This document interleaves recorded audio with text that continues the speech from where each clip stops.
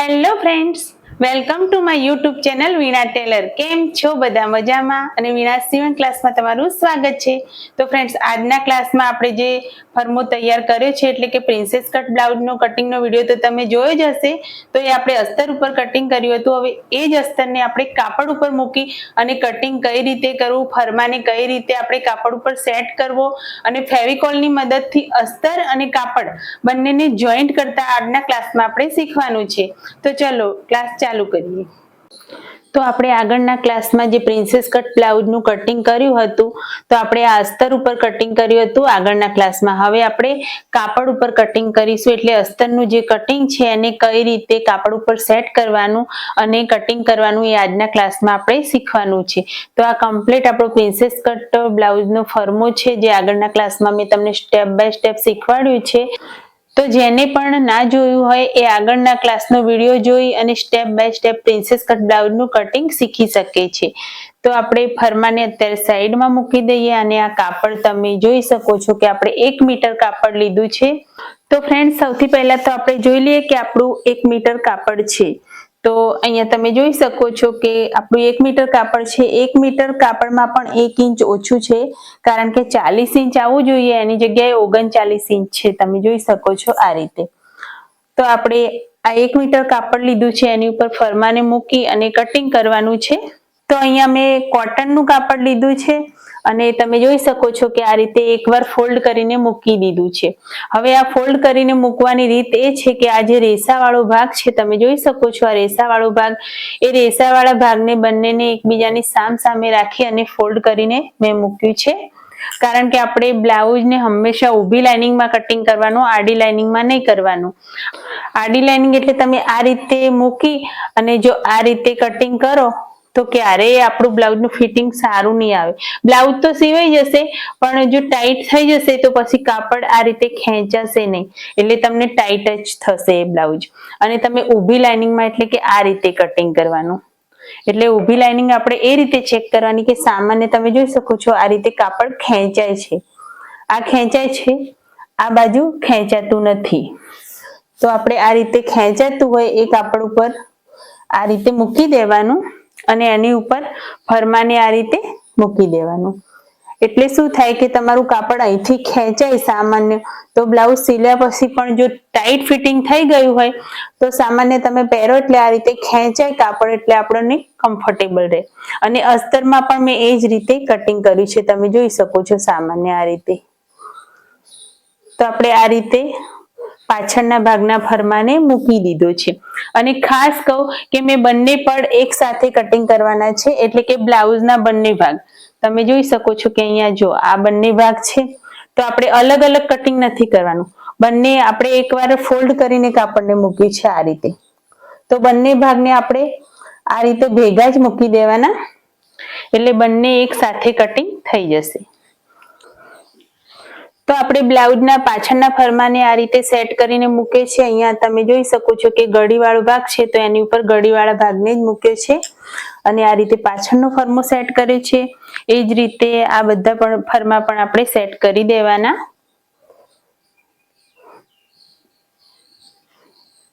તો આ ભાગને આપણે આ રીતે મૂકી દીધો અહીંયા.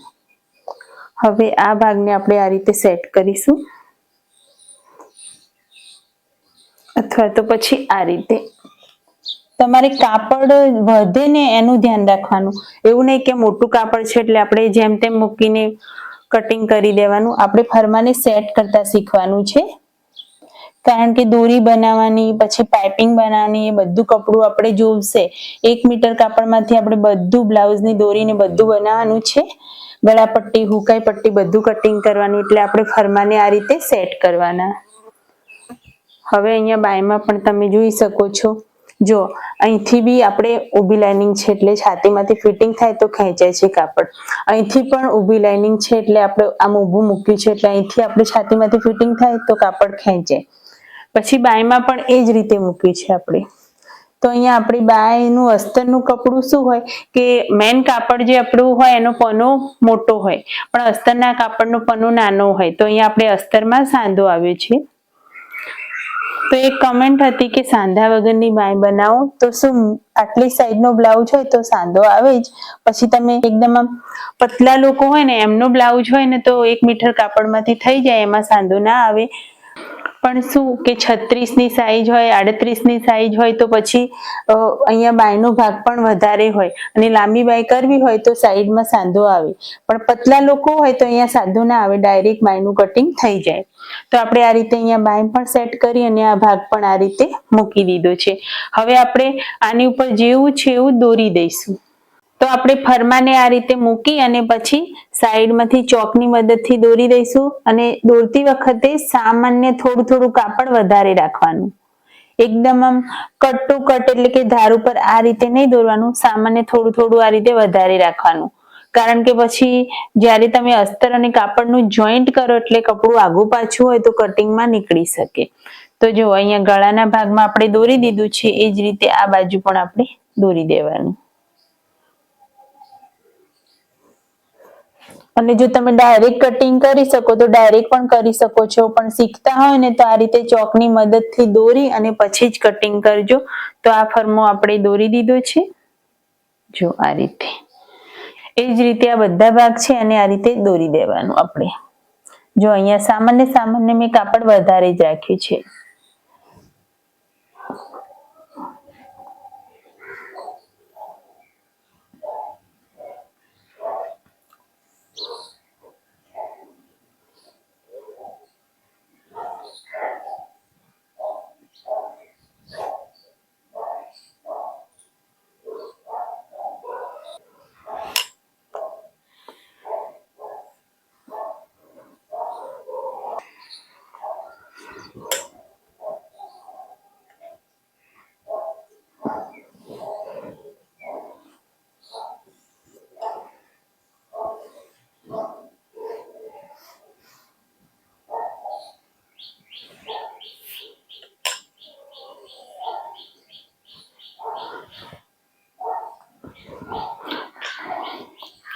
તો ફ્રેન્ડ્સ આપણે બધા ભાગને આ રીતે દોરી દીધા છે.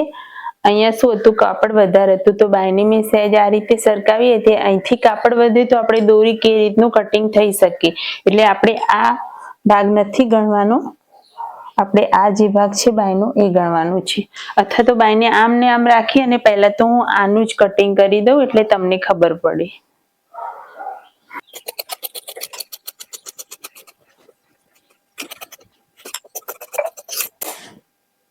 તો આ રીતે આપણે બાયનું કટિંગ કરી દીધું, એને સાઈડમાં મૂકી દો. અને અહીંયા તમે જોઈ શકો છો કે આ જે ફરમા છે એને લઈ લઈએ અને આ જે છે એવું જ આપણે કટિંગ કરવાનું છે. કશું સુધારા વધારા કરવાના નથી, આમને આમ આપણે કટિંગ કરી દેવાનું.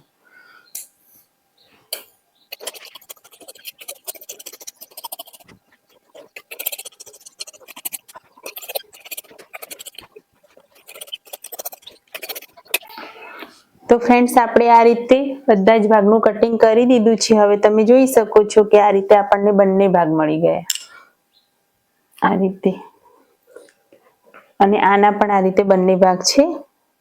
તો આપણે ડબલમાં કાપડ ફોલ્ડ કરીને મૂક્યું હતું એટલે બધાના બંને ભાગ થઈ ગયા છે. પાછળનો ફોર્મો પણ આ રીતનો આપણો કમ્પ્લીટ છે. અને બાયનું કટિંગ પણ તમે જોઈ શકો છો કે બંને બાયનું કટિંગ એક સાથે થઈ ગયું છે આપણું. જુઓ આ રીતે બંને બાયને આપણે એક સાથે કટિંગ કરી દીધી છે. હવે આપણે અસ્તરને કાપડ સાથે ફેવિકોલની મદદથી ચિપકાવવાનું છે. આગળના જે બ્લાઉઝ સીવ્યો તો ક્લાસમાં, એટલે આગળના 2-3 ક્લાસ હતા આપણે જે સિમ્પલ બ્લાઉઝ કટિંગના, એમાં મેં સિલાઈની મદદથી આજુબાજુ સિલાઈ કરી અને અસ્તર અને કાપડને જોઈન્ટ કરતા શીખવાડ્યું હતું. પણ આજના ક્લાસમાં આપણે ફેવિકોલની મદદથી અસ્તરના કાપડને જોઈન્ટ કરતા શીખવાનું છે. તો બાયનું જે ફરમો છે એને તો આપણે ફેવિકોલથી નહીં ચિપકાવીએ, કારણ કે આને ઉલટાવી અહીંથી સિલાઈ મારી અને ઉલટાવીને બાય કરવાની છે, તો એ આપણે મશીન ઉપર કરીશું. પણ આ બધા ભાગને આપણે અસ્તર સાથે ફેવિકોલની મદદથી ચિપકાવી દઈશું. તો ફ્રેન્ડ્સ, મારી પાસે આ રીતની બંને ફેવિકોલની બોટલ છે. આમાંથી કોઈ પણ બોટલ તમે યુઝ કરી શકો છો. બજારમાં તમને 20 થી 25 રૂપિયામાં આ રીતનો ફેવિકોલ મળી જશે. જે લોકો બ્લાઉઝ બનાવતા હોય, બ્લાઉઝ સીવતા હોય, એ લોકો અસ્તર અને કાપડને જોઈન્ટ કરવા માટે આ રીતના ફેવિકોલનો યુઝ કરતા હોય છે. તો આપણે આજે સ્ટેપ બાય સ્ટેપ શીખવાનું છે કે ફેવિકોલની મદદથી અસ્તર અને કાપડને કઈ રીતે જોઈન્ટ કરવાનું. તો સૌથી પહેલા તો આ બંને ભાગ છે કે જેને અસ્તર સાથે આપણે ફેવિકોલની મદદથી ચિપકાવીશું. તો અહીંયા તમે જોઈ શકો છો કે અસ્તરના પણ બંને ભાગ મેં લઈ લીધા છે. હવે તમારે શું કરવાનું છે કે આ બંને ભાગને એકબીજાની સામસામે મૂકી દેવાના આ રીતે. કે એવું નથી કે તમે આ રીતે મૂકો અને બીજો ભાગ આ રીતે મૂકો, એ રીતે નહીં. ખાસ ધ્યાન રાખીને જોજો કે આ બંને ભાગને આપણે આ રીતે એકબીજાની સામસામે મૂક્યા છે.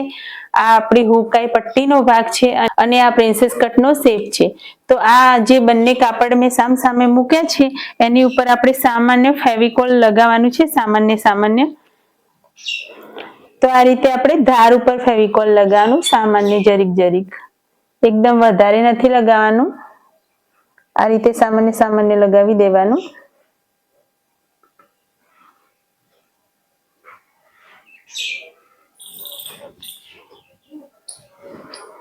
હવે આ બાજુ પણ આપણે એ રીતે આ ભાગમાં પણ લગાવી દઈશું. અને ફેવિકોલ લગાવતી વખતે ખાસ ધ્યાન રાખવાનું કે અહીંયા ધાર ઉપર જ લગાવવાનું. એટલે શું, આપણે સિલાઈ કરીએ ને એટલે આ ફેવિકોલનો ડાઘ પણ પડે ને તો સિલાઈની અંદર દબાઈ જાય. તો અહીંયા ધાર ઉપર આ રીતે ફેવિકોલ લગાવી દેવાનું. હવે આ બંને કાપડ છે એની ઉપર આપણે કાપડને સીધું મૂકી દેવાનું. તો પહેલા તો ખાસ ધ્યાન રાખજો કે આપણે સીધી સાઈડ કઈ છે ને ઉલટી સાઈડ કઈ છે. તો આ મારી સીધી સાઈડ છે, તો આમ આપણે સીધું ને સીધું મૂકી દેવાનું આ રીતે.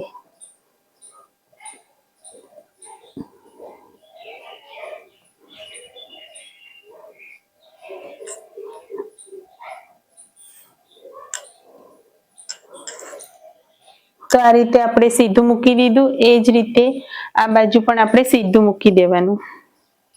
તો સીધી સાઈડ આપણે જોઈ લેવાની આ રીતે, અને આપણી જે સીધી સાઈડ હોય એ આ રીતે મૂકી દેવાની.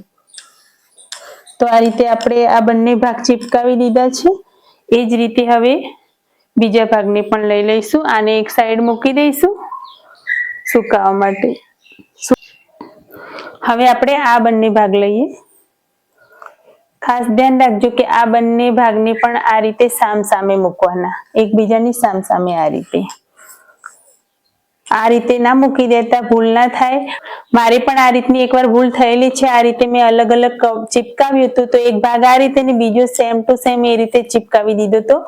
પણ ખાસ ધ્યાન રાખવાનું કે બંને ભાગને સામસામે મૂકવાના, ફેવિકોલ લગાવી અને એની ઉપર આ રીતે ચિપકાવી દેવાના. સીધી સાઈડ આ રીતે મૂકી દેવાની અને આ બાજુનો ભાગ જે સીધો છે એને આ રીતે મૂકી દેવાનો.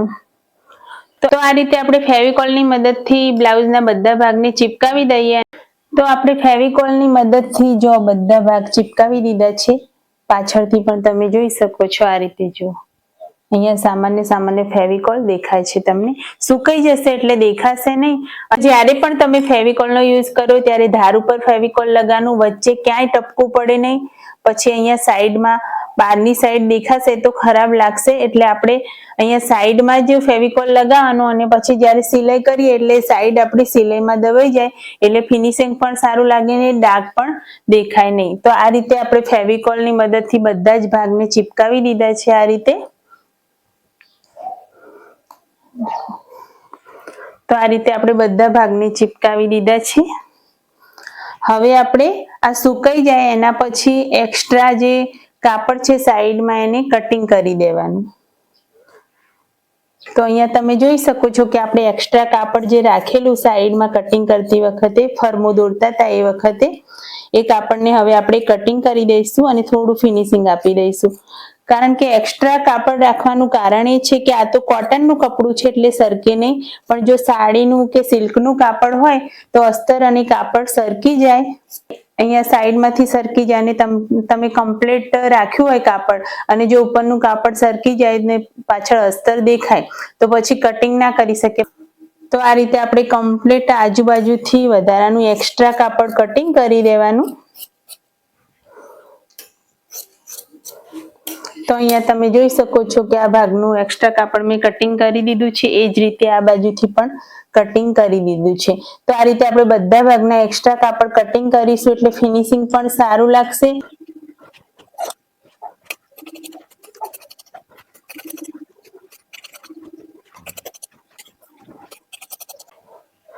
તો ફ્રેન્ડ્સ આપણે બધા ભાગનું આ રીતે સાઈડમાંથી કટિંગ કરી દીધું છે અને આજના ક્લાસમાં આપણે ફરમો મૂકી એટલે કે અસ્તરનું કાપડ મૂકી મેન કાપડનું કટિંગ કઈ રીતે કરવું અને ફેવિકોલની મદદથી એકદમ સરળતાથી અસ્તર અને કાપડને કઈ રીતે જોઈન્ટ કરાવવું એ આજના ક્લાસમાં આપણે શીખી ગયા. તો ફ્રેન્ડ્સ જોઈ લીધું ને તમે ફરમાને કઈ રીતે સેટ કરવો અને ફેવિકોલની મદદથી અસ્તર અને કાપડને કઈ રીતે જોઈન કરવું એ આપણે ક્લાસમાં સ્ટેપ બાય સ્ટેપ અને એકદમ સરળ પદ્ધતિથી મેં તમને શીખવાડ્યું છે. તો તમે આ રીતે ફરમાને સેટ કરતા અને કાપડને જોઈન્ટ કરતા શીખી જાઓ. અને ક્લાસમાં લાસ્ટ સુધી વિડીયો જોવા બદલ ધન્યવાદ. મળીશું નેક્સ્ટ વિડીયોમાં. બાય.